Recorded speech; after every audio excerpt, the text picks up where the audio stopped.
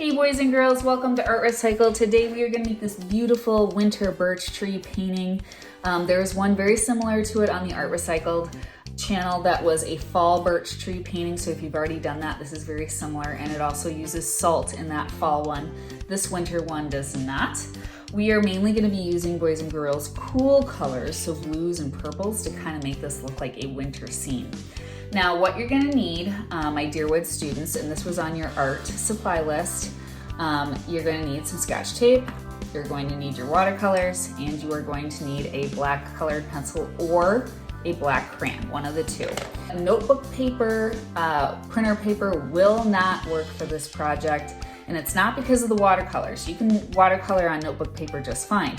It is because of the tape. If you try to take the tape off with a very thin paper like printer paper or notebook paper, it is just gonna rip the paper and this project will not work. All right, so without further ado, let's get started and see how to make these beautiful paintings. All right, boys and girls, to get started with our painting, the first thing you're gonna use is your tape. And our adult friends who are working with our K1 students, they might need a little bit of help. They may need you to rip the tape for them. Kids older than that should be just fine. The kids, you want to take your tape and you want to have it just a little bit longer than your paper going this way, the tall way. So you want your tape going vertically, and I am going to put my tape on my paper like this.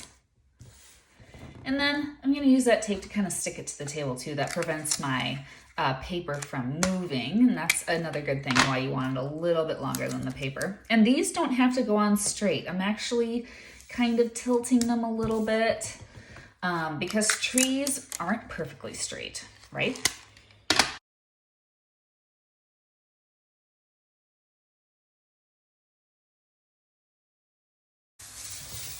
All right, boys and girls, once you have all your tape on going across the paper vertically, then you want to take your hand and you just kind of want to press and make sure that tape is down nice and good, okay? The next step, you are going to need your watercolors, water, and a brush. All right, boys and girls, so I have my brush here, and the first thing I'm going to do is I'm going to put a lot of water into any kind of purple I have or blue. So we are going to mainly use purple and blue in our painting, boys and girls, to make this look like a winter scene. So loading up the water first, because remember, watercolor paints don't work without the water. I'm going to use blue first at the top, any type of blue you got. And as you can see, if I have enough water in the paint, that tape is resisting the watercolor paint. In other words, that paint won't go under the tape. And I have some different types of blues in my watercolor kit. If you only have one type of blue, here's a good trick. The more water you add, the lighter the blue becomes. The less water you have, the darker the blue becomes. But you always do want a good amount of water, boys and girls, because your paint just goes on better when it has more water in it. As I start to move to the bottom, I'm going to start to move to my purples.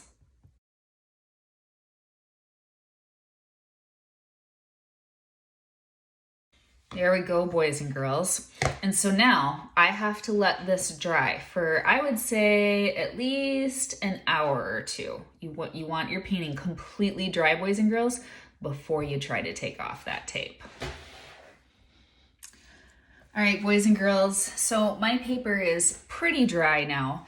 And so now I'm gonna take off the tape. And boys and girls, this is why you wanted either white cardboard, tag board, or a thick watercolor paper for this. And because when I take off the tape, boys and girls, you don't want your paper to rip. And if you did this on notebook paper or printer paper, it's most likely gonna rip. So as you can see, because I have thicker paper, this tape is coming off really, really easily.